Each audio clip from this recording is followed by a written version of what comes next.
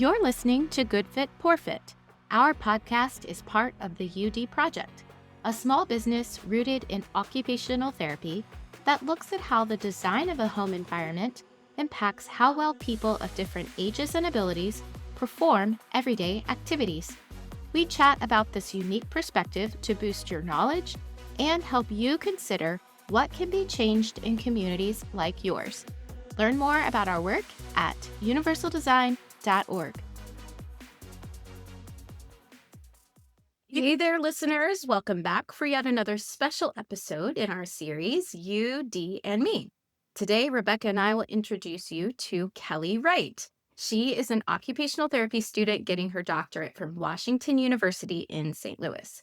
She will be completing her capstone with us this summer and really wants to focus on the aesthetic possibilities of universal design. Yes, we are so excited to welcome Kelly, and I have a feeling her areas of interest will be particularly cool for our listeners because who doesn't love a great combination of functionality and aesthetic beauty? So Kelly, tell us a bit more about yourself and why you're excited about universal design. Absolutely. Hi, everyone. Thanks so much for the introduction, Sarah and Rebecca, and for having me on the podcast. Good Fit, Poor Fit is actually how I discovered the UD project in the first place. I started listening during OT school before I connected with Sarah. So having this opportunity to join you both today is really exciting for me. A little bit about me. I was born and raised in Orlando, Florida. My mom, older sister, and my twin. I got my bachelor's in health science from the University of Florida, go Gators, before moving to St. Louis, Missouri to pursue my doctorate in OT from WashU. Like Sarah mentioned, I'm in my final semester of my degree, which if you aren't familiar with the OTD curriculum, consists of a 3-month-long mentored capstone experience on a topic area of our choosing, which for me is universal design and aesthetics. But why am I excited about UD? I have loved residential design since I was a kid. I watched all things home decorating and renovation growing up. Extreme Makeover Home Edition, if you know it, was frequently on in my household, as well as the classic HGTV shows. Ever since I started to have my own space, so thinking back to my first college dorm, I felt strongly about the way that it was set up, the features, the decor. I remember how excited I was to decorate my dorm. And then my first apartment, I had the Pinterest boards and everything.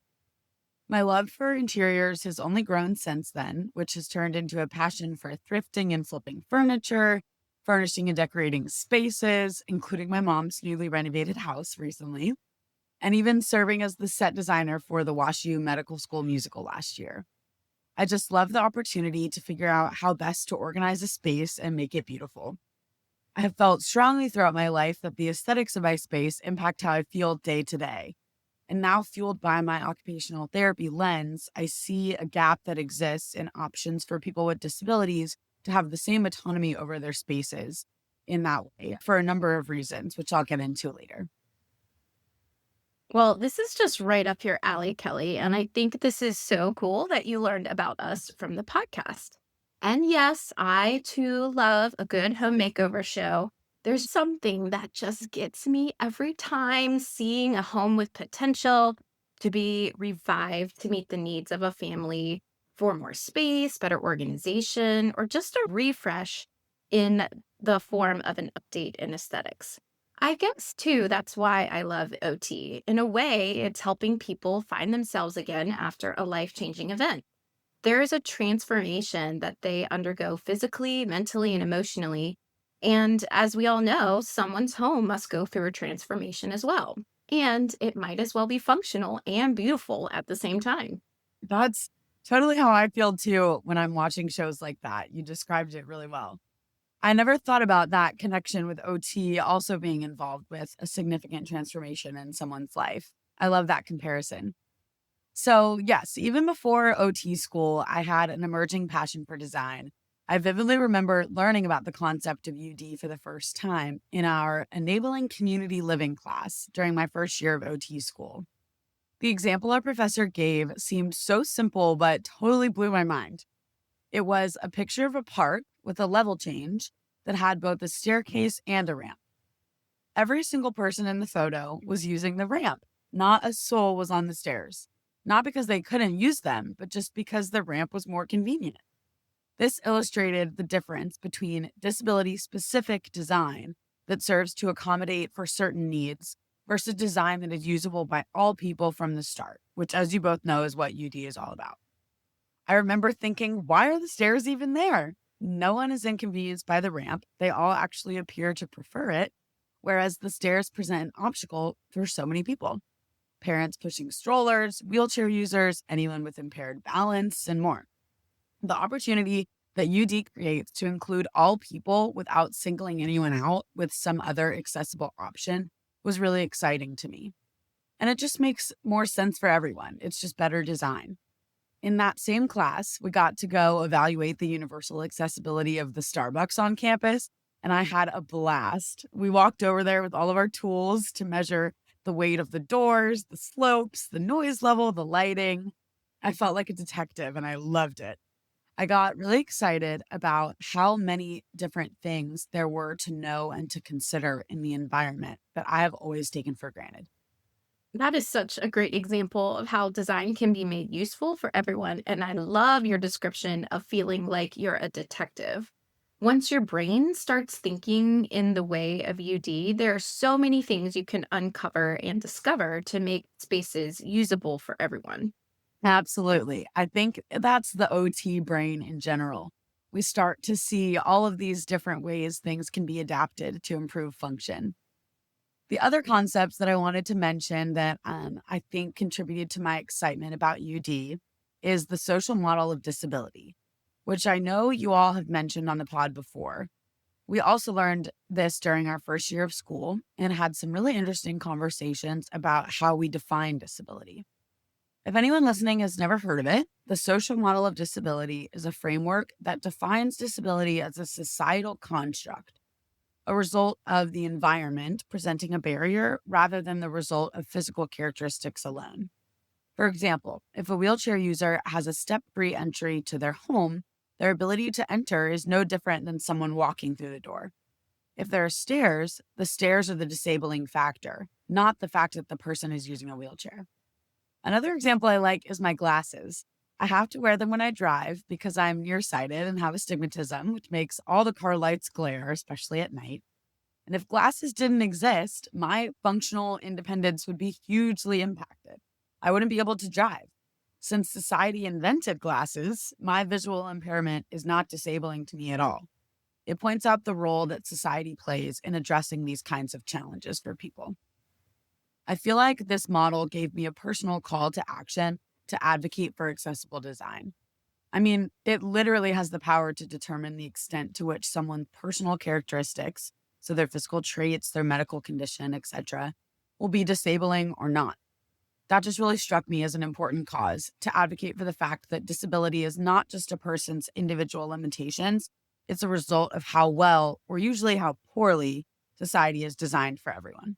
Kelly, you are speaking my language. The social model of disability is a really mind shifting concept for so many people, myself included. I had a similar experience to you where after I learned that, I just saw the world differently. In some ways, the social model of disability is kind of upsetting because we realize how so many barriers that exist in the world are of our own creation. But the flip side of that is, like you said, that means we also have the opportunity to remake things in more accessible and inclusive ways. So each time we build or design or modify something to have fewer barriers, we open up the possibility for participation to more and more people. And that's really the power of universal design. Okay, so I'm going to stop myself here because I could keep going on this, but I will not. Listeners, do not worry. So I'd rather pivot and hear more about your project, Kelly. For sure. But that's definitely how I feel about it too, Rebecca. I think that it's a really impactful perspective to have and totally shifts your thinking. I'd love to tell you about my project in some more detail. Like Sarah mentioned, I am really interested in the role that aesthetics plays in the adoption of UD principles.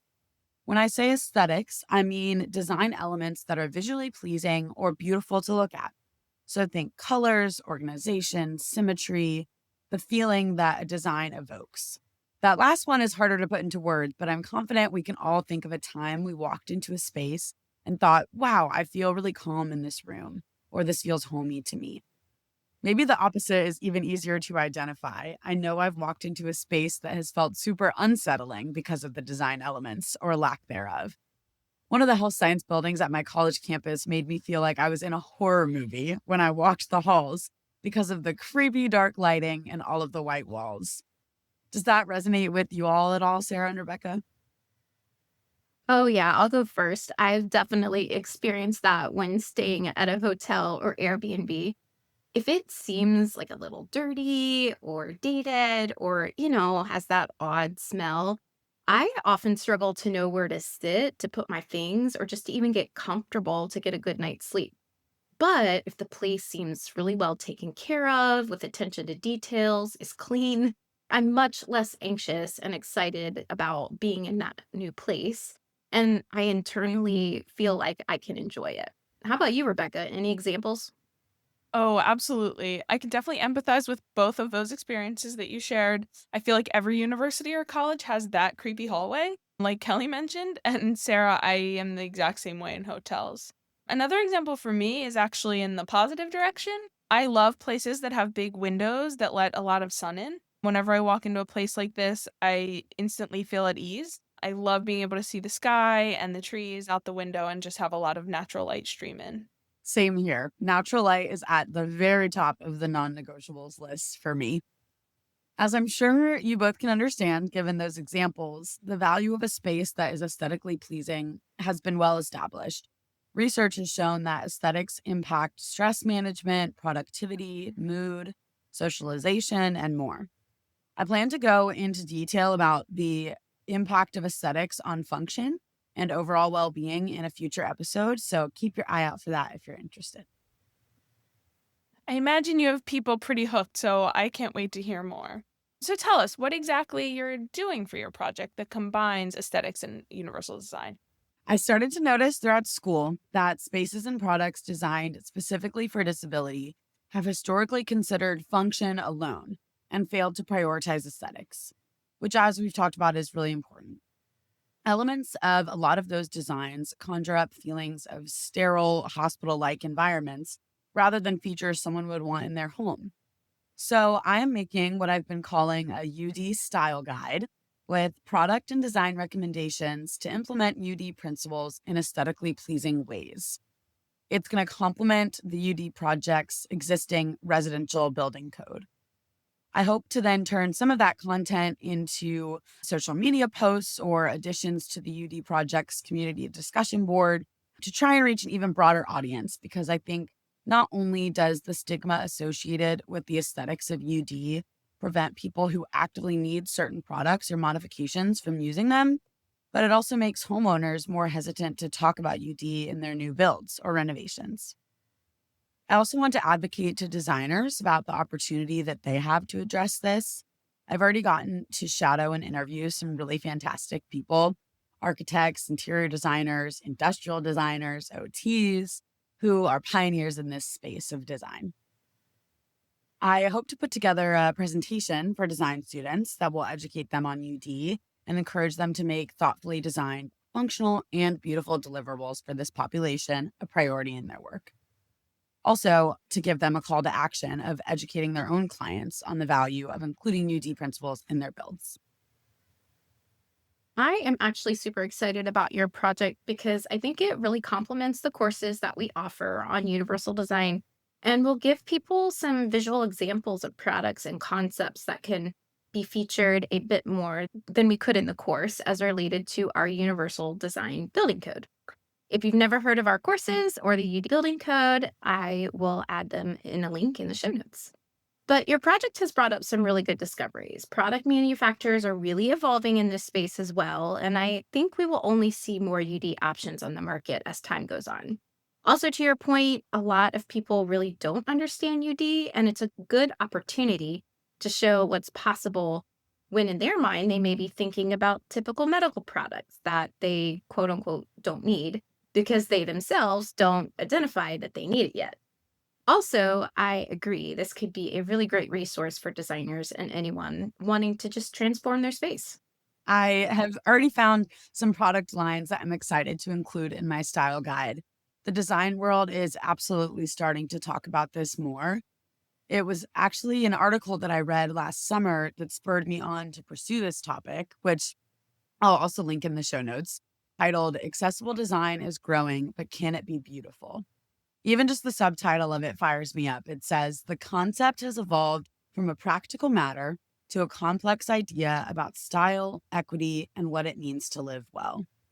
This conversation isn't just a shallow preference for pretty things that we're talking about. This has a huge impact on someone's sense of self, identity, and autonomy, which I think that article that I mentioned describes really well. I knew for sure after I read that I wanted to do a capstone related to design. I was listening to Good Fit, Poor Fit, and I heard you say something along those same lines, Sarah, about misconceptions related to the look of UD, that it doesn't have to be ugly and there isn't just one look to it.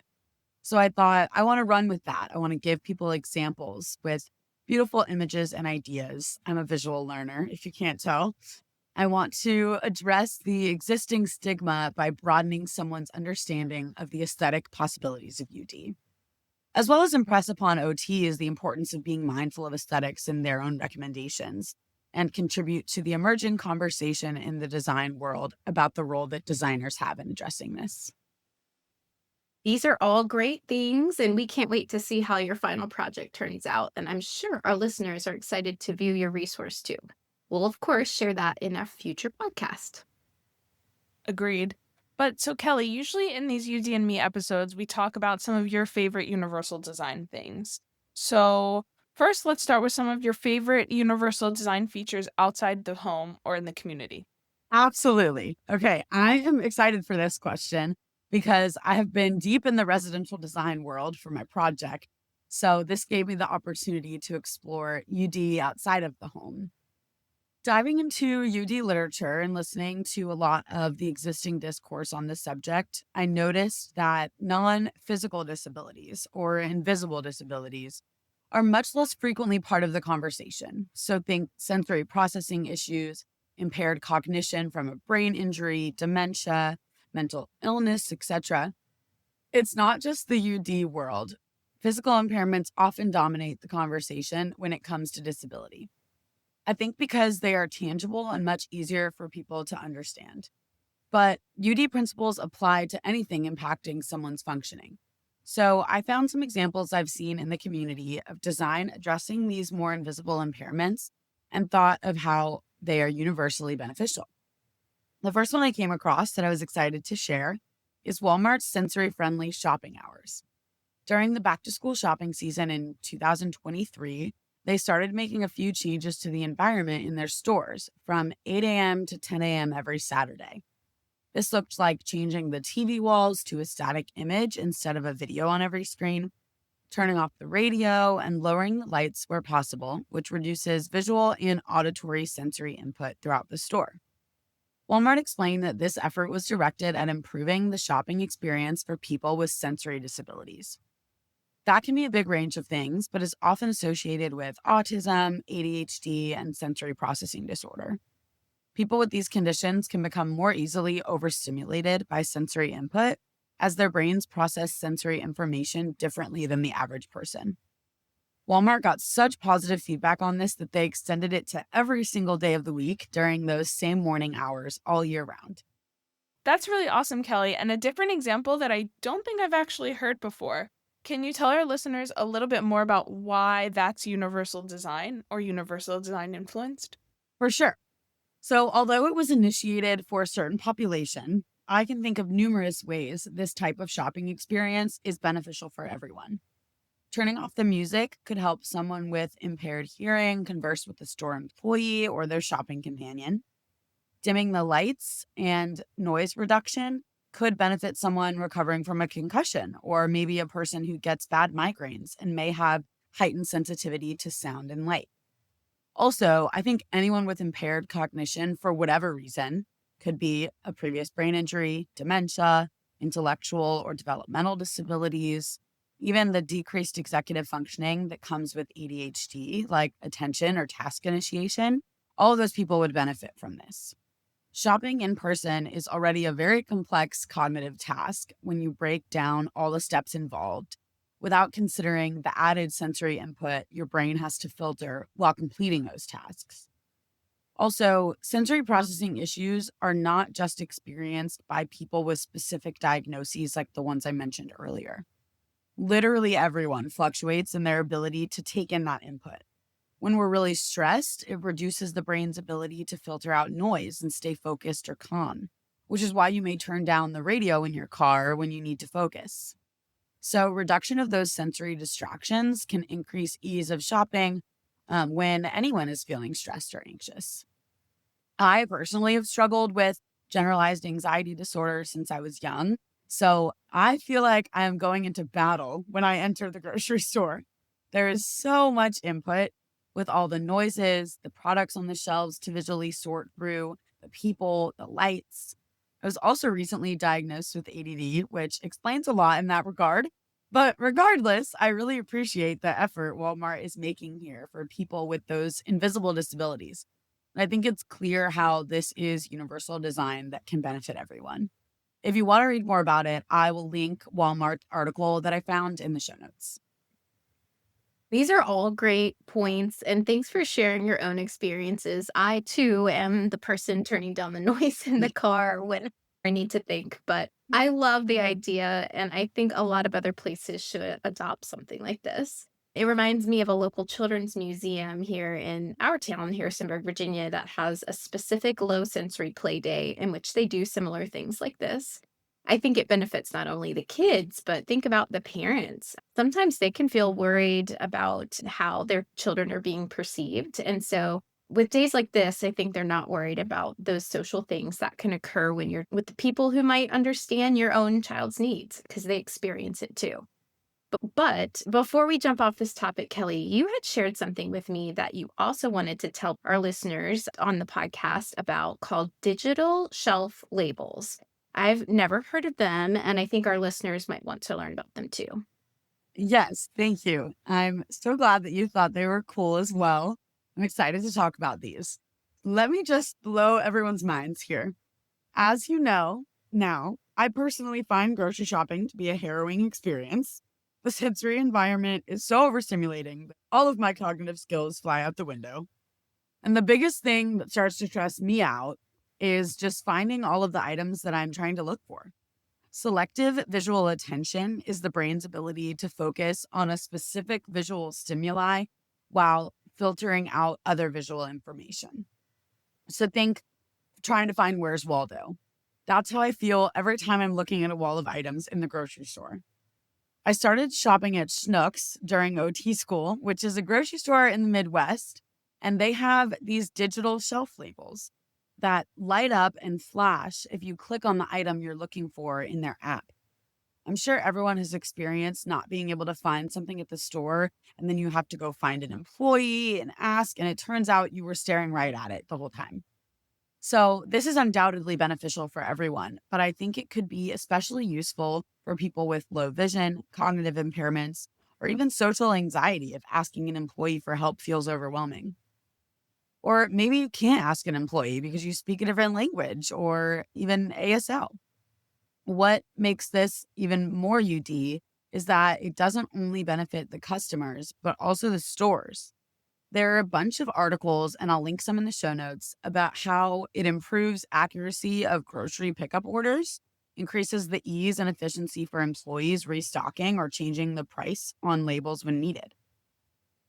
That has gone from having to replace the paper on every single label to just a digital change in the system. Revolutionary. Absolutely. I can totally see how lots of folks would benefit from this. I particularly like that this introduces another way that people can locate things in a grocery store. They could ask an employee, or they could use these digital markers. And this concept of flexibility and building in different options for people to meet different people's preferences and needs is so quintessentially universal design. Yes, I'm glad you think so too.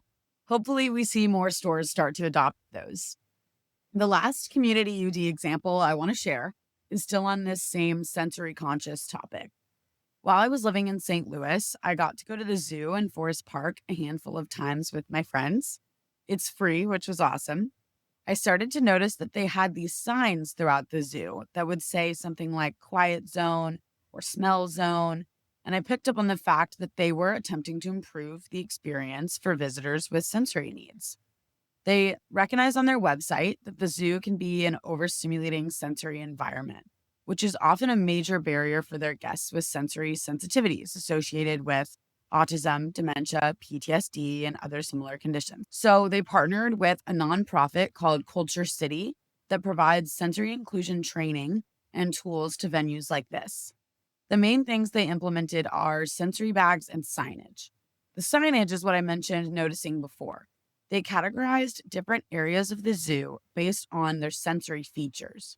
You can find signs for quiet zones, which are good places to regroup after becoming overstimulated, headphone zones, which you can expect to be loud, smell zones, which have more intense smells, and cold zones, which are self-explanatory.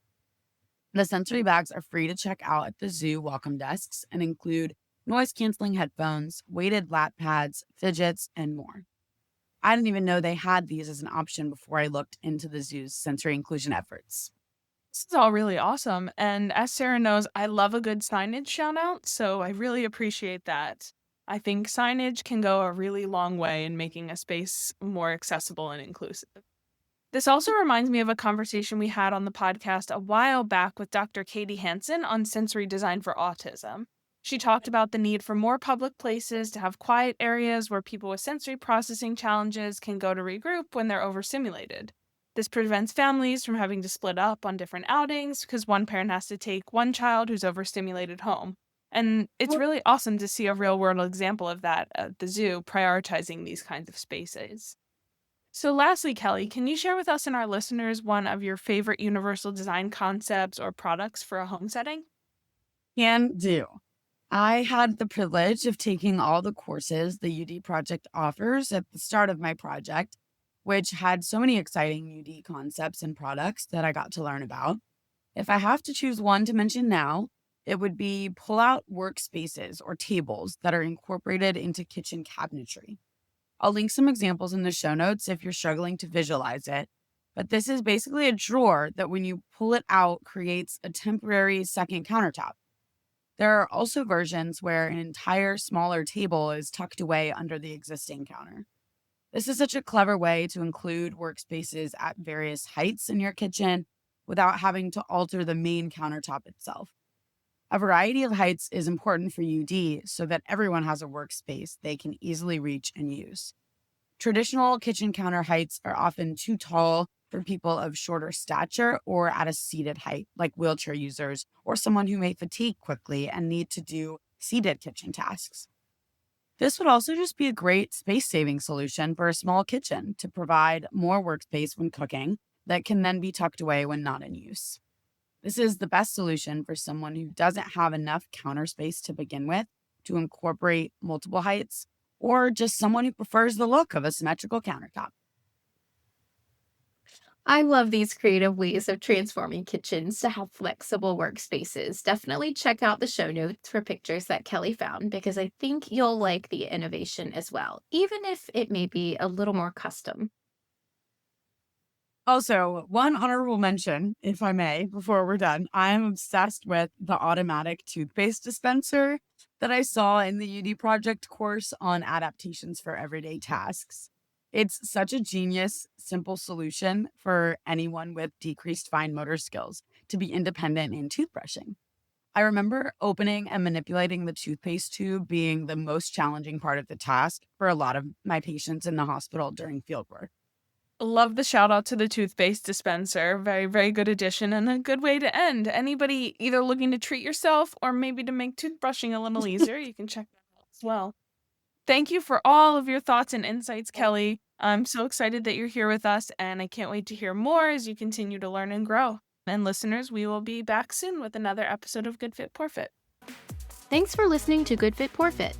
If you want to learn more, first, find more episodes with transcripts and show notes at goodfitpoorfit.com. Don't forget to subscribe. Second, check out our courses at go.universaldesign.org.